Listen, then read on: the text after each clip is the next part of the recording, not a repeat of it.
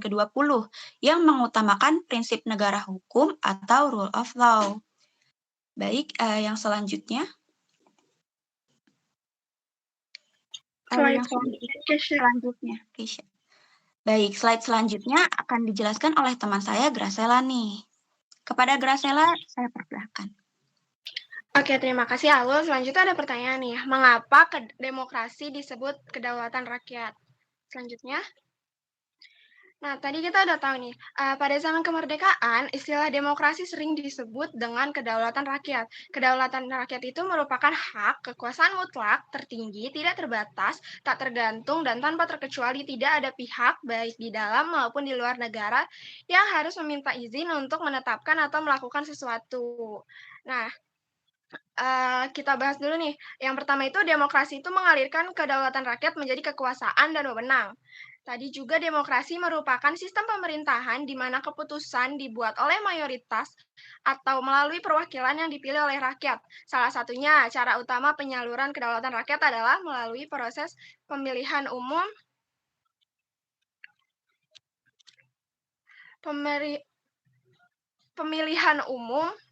rakyat memiliki kesempatan untuk memilih para pemimpin mereka, baik secara langsung seperti dalam pemilihan presiden atau wakil presiden, maupun melalui perwakilan seperti dalam pemilihan anggota parlemen. Nah, dengan memberikan suara mereka, rakyat secara efektif menyalurkan kekuasaan politik mereka kepada mereka yang mereka pilih untuk mewakili dan memerintah. Yang kedua, dalam demokrasi juga kekuasaan diatur ke dalam kewenangan lembaga pemerintahan untuk mencegah terbentuknya kekuasaan yang otoriter. Hal ini seringkali dicapai melalui pembagian kekuasaan antara berbagai cabang pemerintah seperti eksekutif, legislatif, dan yudikatif. Setiap cabang memiliki fungsi dan kewenangan yang berbeda, yang saling mengawasi dan seimbang agar tidak terjadi penyalahgunaan kekuasaan. Misalnya legislatif yang membuat undang-undang, eksekutif menerapkan undang-undang, dan yudikatif menafsirkan undang-undang serta menegakkan hukum. Yang ketiga, pengawasan terhadap lembaga pemegang kekuasaan dijalankan dengan melibatkan masyarakat sebanyak mungkin. Ini mencakup transparansi dalam proses pengambilan keputusan pemerintah, serta adanya mekanisme pengawasan yang memungkinkan rakyat untuk memberikan masukan, menyampaikan keluhan, dan mengkritik kinerja pemerintah. Masyarakat juga dapat mengawasi lembaga pemegang kekuasaan melalui media, organisasi masyarakat sipil, dan partisipasi dalam proses politik seperti pemilihan umum dan referendum. Jadi secara keseluruhan, demokrasi memperjuangkan penyaluran kedaulatan rakyat, pemegang kekuasaan yang seimbang, dan pengawasan yang partisipatif untuk menciptakan pemerintahan yang responsif, akuntabel, dan menghormati hak asasi manusia. Nah, di sini juga ada nih, kedaulatan itu dibagi menjadi dua, yaitu kedaulatan keluar dan kedaulatan ke dalam. Selanjutnya. Oke, yang pertama kedaulatan ke dalam. Kedaulatan ke dalam berarti bahwa persoalan apa saja dapat menjadi bahan penentuan negara dan bahwa dalam hal ini negara tidak tergantung dari pihak yang memiliki wewenang yang lebih tinggi. Kedaulatan ini juga di dalam kedaulatan ke dalam ini ada dua. Yang pertama ada kedaulatan wewenang, yaitu kesanggupan dan hal untuk melakukan sesuatu. Yang kedua, kesatuan kekuasaan negara, bahwa dalam wilayah suatu negara tidak ada lembaga lain yang memiliki wewenang. Nah, yang kedua, kedaulatan keluar. Kedaulatan keluar berarti tidak ada pihak luar negara yang berhak untuk mengatur sesuatu dalam negara itu, dalam wilayah negara itu. Slide selanjutnya. Jadi apa aja sih contoh dari kedaulatan ke dalam yang tadi bahwa tidak ada pihak luar yang campur tangan ke dalam satu wilayah tersebut? Next. Oke, di sini diambil di kedaulatan ke dalam pada tahun 2015, pemerintah Indonesia mengambil keputusan untuk mengurangi harga minyak mentah yang diimpor dari negara lain. Dan di 2020, pemerintah Indonesia mengambil keputusan untuk mengurangi harga minyak mentah yang diimpor dari negara lain. Lalu contoh untuk kedaulatan keluar, Indonesia ikut dalam keanggotaan PBB, Perjanjian Bea dan Perdagangan. Indonesia sejak 1950 telah menjadi anggota PBB yang salah satu tujuannya adalah mendapatkan pengakuan kedaulatan dari negara lain. Yang kedua, kerjasama bilateral dan multilateral Indonesia menjalin kerjasama dengan negara lain, seperti Cina, Korea Selatan, atau sesama negara ASEAN. Next. Oke, mungkin penjelasan dari kelompok 1 sampai di sini. Apakah ada teman-teman yang ingin bertanya?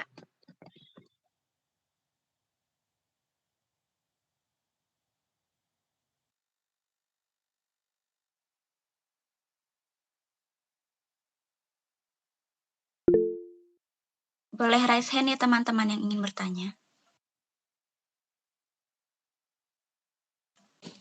Boleh Adam, silahkan bertanya. Izin bertanya, sejauh mana sih partisipasi politik rakyat itu berpengaruh terhadap keberhasilan demokrasi di Indonesia? Baik, terima kasih pertanyaannya Adam. Kita tampung terlebih dahulu ya. Lalu ada yang ingin bertanya lagi nggak nih guys?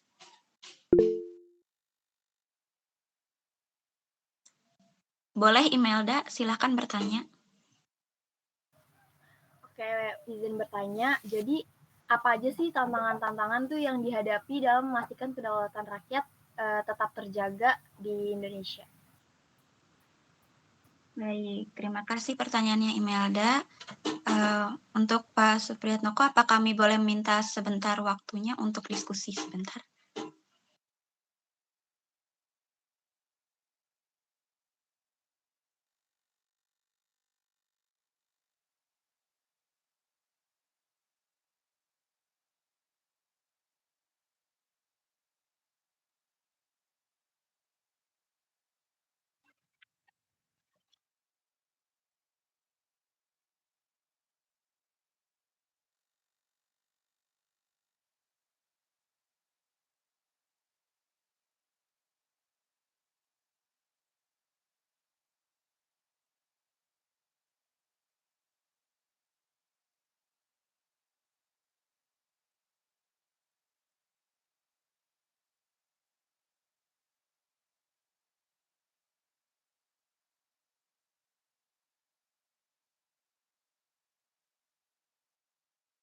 Baik, saya akan menjawab pertanyaan dari Adam terlebih dahulu.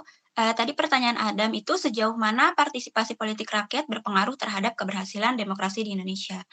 Nah, partisipasi politik rakyat adalah fondasi utama dari sistem demokrasi, karena masyarakat yang terlibat secara aktif dalam proses politik memiliki kemampuan untuk mempengaruhi arah dan keputusan politik yang dibuat oleh pemerintah.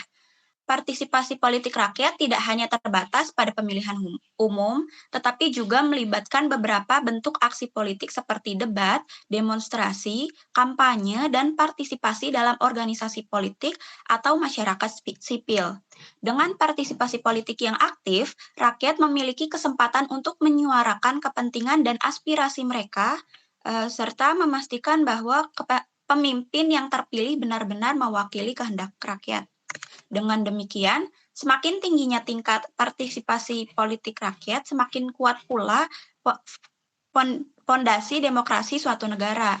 Partisipasi politik yang tinggi mencerminkan tingkat keterlibatan rakyat dalam proses politik yang pada gilirannya menghasilkan pemerintahan yang lebih akuntabel, transparan, dan responsif terhadap kebutuhan masyarakat. Oleh karena itu, partisipasi politik rakyat memiliki peran yang sangat penting dalam menentukan keberhasilan demokrasi di Indonesia.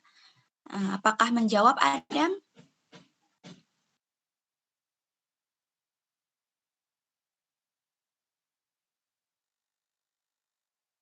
Oke, terima kasih pertanyaannya, Adam.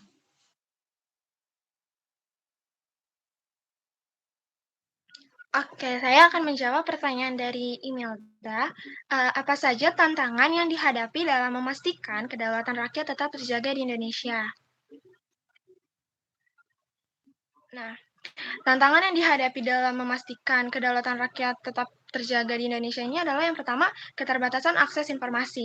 Ketika rakyat tidak memiliki akses yang memadai terhadap informasi politik, mereka mungkin tidak dapat membuat keputusan yang terinformasi secara tepat dalam pemilihan umum atau dalam menilai kinerja pemerintah. Yang kayak kita tahu nih, kan Sejak pemilu ini kan kayak banyak nih hoax-hoax yang beredar terkait pemilu, terkait dengan hasil dan kecurangan-kecurangan yang dilakukan oleh calon presiden dan wakil presiden. Nah, kalau misalnya nih, akses atau media-media yang kemarin waktu itu media-media yang seharusnya menjadi sumber informasi bagi rakyat diboikot atau dikuasai oleh salah satu paslon, maka itu akan mengganggu dan membuat rakyat itu tidak dapat memiliki akses yang benar, memiliki informasi yang tepat untuk membuat keputusan atau spekulasi. Yang kedua, ketidaksetaraan dalam partisipasi politik. Beberapa kelompok masyarakat mungkin menghadapi hambatan dalam berpartisipasi dalam proses politik, seperti ketidaksetaraan dalam akses terhadap pendidikan atau sumber daya ekonomi yang memadai. Ya, seperti yang kita tahu lah, masuk partai politik aja itu udah susah gitu. Banyak sekali kecurangan-kecurangan yang ada dan mungkin juga ya dalam setiap partisipasi partai politik itu juga adanya ketimpangan-ketimpangan yang secara tidak langsung membuat adanya diskriminasi mungkin atau ada kesenjangan. Yang ketiga, ancaman terhadap kebebasan berpendapat. Adanya pembatasan terhadap kebebasan berekspresi dan berkumpul dapat menghambat kemampuan rakyat untuk menyuarakan pendapat mereka dan terlibat dalam diskusi politik. Contoh, teman-teman pasti udah dengar nih kan, udah tahu beritanya sempat up juga di mana-mana. Jangankan kita sebagai rakyat, bahkan Dewan Perwakilan Rakyat sendiri pun masih ada membungkam dari kebebasan berpendapat. Contohnya adalah Ibu Puan mematikan mic. Ya kan? Pasti teman-teman tahu kan? Yang keempat, korupsi dan kecurangan. Korupsi dan kecurangan dalam proses pemilihan umum dapat merusak kepercayaan rakyat terhadap institusi demokrasi dan mengurangi partisipasi politik mereka. Contoh, kasus-kasus ini yang baru-baru ini diduga bahwa dana bansos digunakan untuk kampanye, untuk seputar salah satu capres-cawapres lah. Pasti itu teman-teman juga udah tahu kan. Terus yang kelima, pengaruh asing. Campur tangan asing dalam urusan dalam negeri dapat mengganggu proses demokrasi dan kedaulatan rakyat, baik melalui propaganda ataupun intervensi langsung. Yang keenam, kestabilan politik. Ketidakstabilan politik, baik itu karena konflik internal atau eksternal, dapat mengganggu proses demokrasi dan mengancam kedaulatan rakyat. Ya, ini juga teman-teman pasti udah dapat memahami ya kata-katanya ya. Nah, menanggapi tantangan-tantangan ini membutuhkan upaya termasuk bersama dari berbagai pihak, termasuk pemerintah, masyarakat sipil, media, dan lembaga swadaya masyarakat untuk memastikan bahwa demokrasi di Indonesia ini dapat berfungsi dengan baik dan kedaulatan rakyat dapat terjaga. Gitu, Email. Apakah jawaban dari pertanyaan kamu sudah terjawab? Sudah terjawab, terima kasih. Oke, terima kasih Mel atas pertanyaannya. Baik, apakah masih ada pertanyaan untuk kelompok 1? Nah, ini perlu dilengkapi ya jawaban tadi. Tadi yang kaitannya pertanyaan pertama sama kedua, itu kan rakyat itu kan tidak punya tidak punya kekuasaan. Dalam arti menyampaikan pendapat, menyampaikan kritik ataupun usulan ke pemerintah, ya kan, secara langsung. Nah, disitulah rakyat itu bisa bersuara, bisa menyampaikan aspirasi melalui apa? Melalui perwakilan. Nah, sekarang pertanyaan nomor 1 itu apa sudah berhasil? Nah, itu kita lihat kapasitas, kompetensi sama kemampuan anggota legislatif di dalam memperjuangkan aspirasi rakyat dan berpihak pada rakyat. Nah, kalau lembaga legislatifnya hanya untuk mementingkan kepentingannya sendiri sama partai politiknya, maka yang terjadi adalah munculnya kekuasaan yang otoriter dari pemerintah.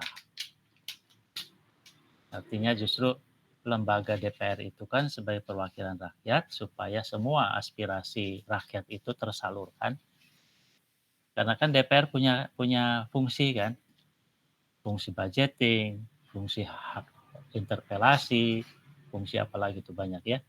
Nah, itu yang harus diterapkan sama perwakilan kita. Nah, makanya kita kemarin memilih anggota parlemen itu, DPR MPR, apakah mereka itu akan mewakili kita, sehingga aspirasi kita ini akan tersalurkan dengan baik, sehingga pemerintahan berjalan dengan baik, sesuai dengan peraturan perundang-undangan, atau justru DPR-nya itu tidak berpihak rakyat, tidak menyampaikan aspirasi rakyat, tetapi justru menjadi counter narasi yang tidak mendukung rakyat.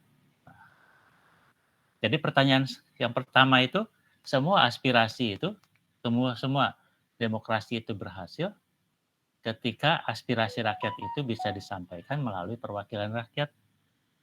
Nah, gitu ya.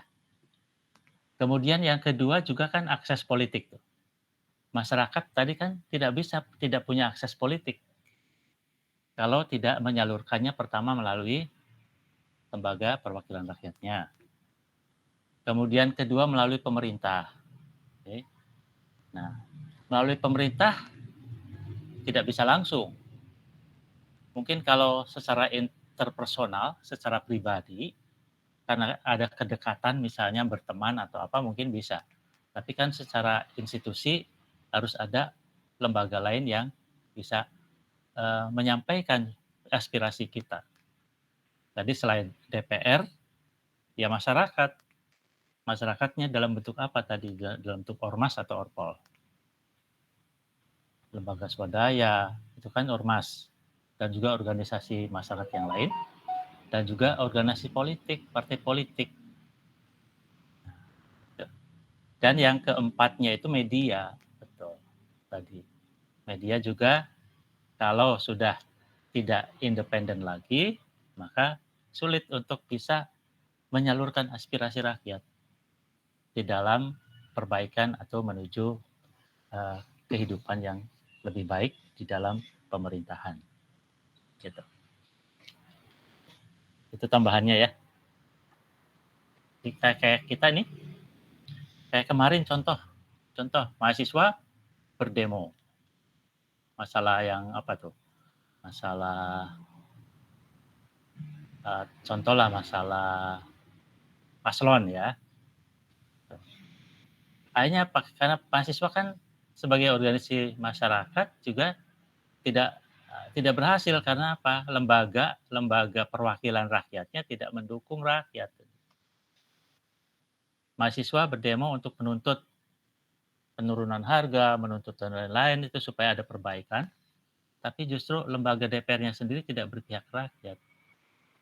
Nah, justru malah ada beberapa orang DPR yang melecehkan pergerakan mahasiswa yang menuntut perbaikan-perbaikan itu. Situ macet artinya.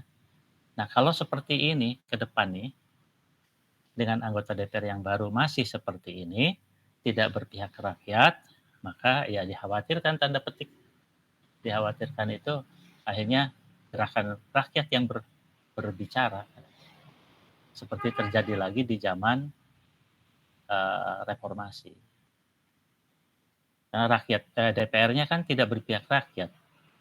Nah, menuntut reformasi ternyata reformasinya hanya untuk menurunkan Pak Harto saja. Nah, sekarang konsep-konsep reformasinya justru tidak dilaksanakan. Terutama yang KKN-nya itu. Kolusi, korupsi, nepotismenya justru semakin bukannya menurun, persentasenya malah makin meningkat.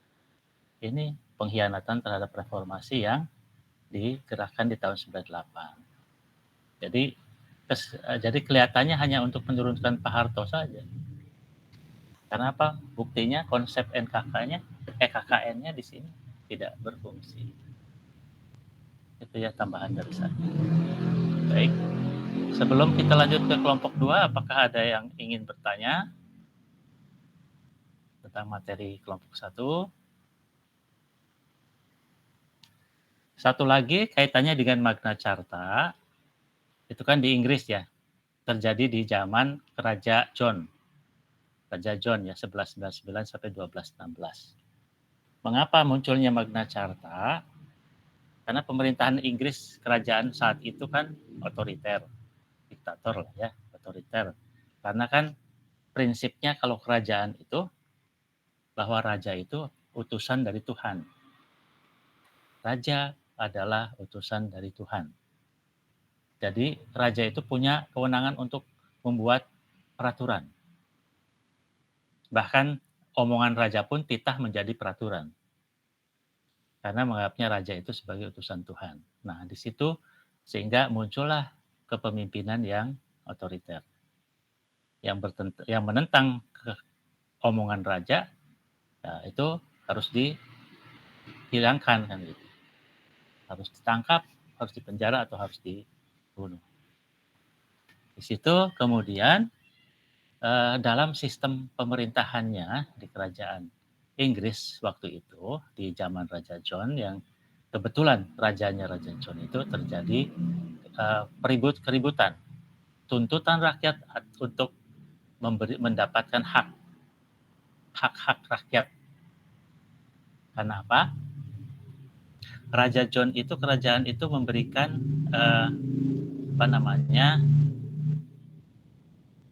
tanah garapan.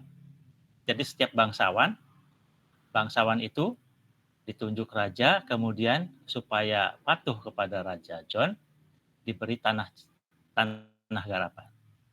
Siapa yang menggarapnya? Rakyat. Rakyatnya ditunjuk. Nah, semua bangsawan punya rakyat, punya pegawai dari rakyat. Nah, kemudian Raja John meminta hasil tanah, olahan tanahnya itu disetor ke raja. Nah, kemudian bangsawan juga ingin untung sehingga memeras kerja tenaga rakyat dengan upah yang minimal. Nah, kemudian hak lain, hak kesehatan, hak berpendapat dan lain itu tidak ada. Yang menentang langsung ditangkap. Nah, akhirnya terjadilah gerakan massa menuntut kepada bangsawan untuk diberikan hak sebagai manusia. Hak hidup, hak bekerja, dan hak lain-lain. Nah, karena banyaknya rakyat yang melakukan kegiatan itu, akhirnya merasa terdesak para bangsawan ini. Kemudian berpihak ke rakyat untuk melakukan demonstrasi ke raja. Karena ketika raja atau kerajaan ini ingin menduduki wilayah lain, rakyat yang disuruh perang. Tetapi hak-hak rakyatnya, kesehatannya, yang luka segala macam tidak diperhatikan.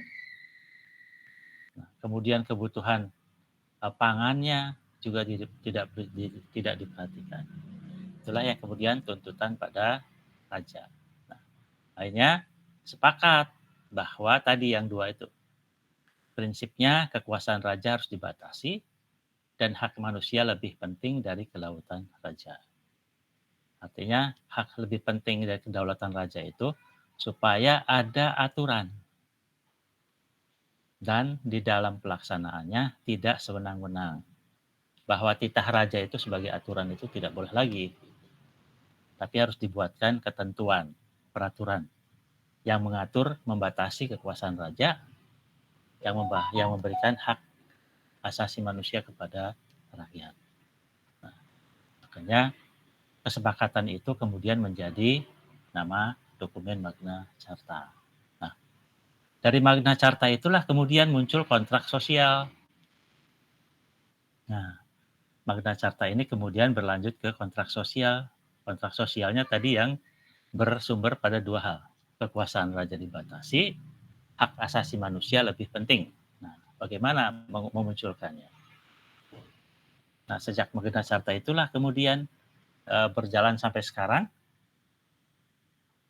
Inggris tetap dalam bentuk kerajaan, tetapi ketentuan peraturannya tidak seperti titah raja.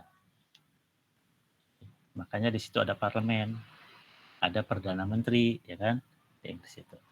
Jadi raja itu sebagai simbol saja, yang memerintah adalah Perdana Menteri. Sesuai dengan ketentuan peraturan perundang-undangan.